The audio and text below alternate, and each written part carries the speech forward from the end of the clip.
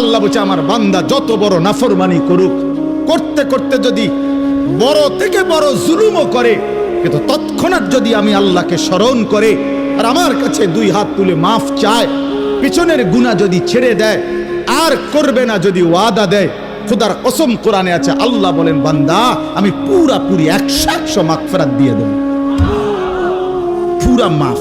উলাইকা জাযাউহুম মাগফিরাতুম মির রাব্বিহিম। আল্লাহ বলে আমার এক গোলাম আমার থেকে ভাইগা গেছিল রে, অনেক দিন ওই আমারে সেজদা দেয় নাই, আজকে দিছে। অনেক দিন সে আমারে ডাকে নাই, আমি খুব কষ্ট পাচ্ছিলাম।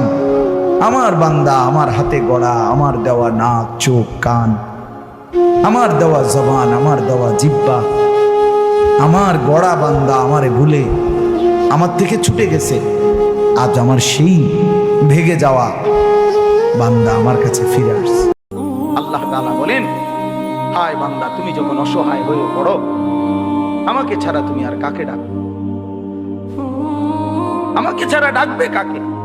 কে তোমার ডাকে সাড়া দিবে?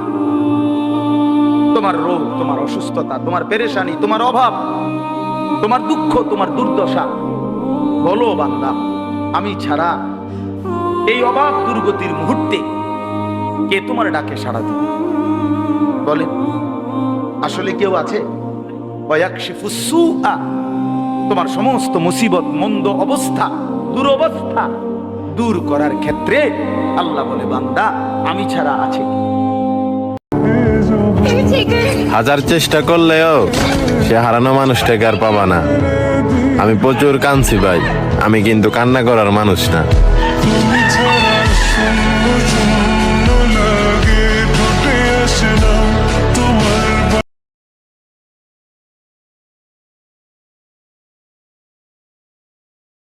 বান্দা যদি বলতে পারে দিল থেকে, আল্লাহ আমি গুনাহ ছেড়ে দিলাম, আর করব না, ওয়াদা দিলাম, আমি লজ্জিত মাওলা, আমি মাফ চাইলাম, আল্লাহর কসম আল্লাহ বলেন উলাইকা জাযাউহুম মাগফিরাতুম মির রাব্বিহিম, আমি ওয়াদা দিলাম বান্দা 90 বছরের গুনাহ আমি একসাথে মাফ করে দিলাম।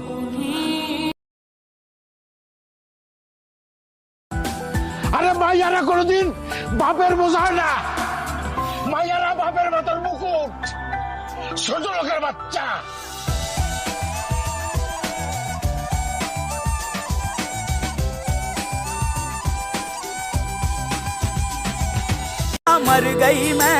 কিছু মানুষকে খুব বলতে ইচ্ছে করে, কি প্রয়োজন শেষ।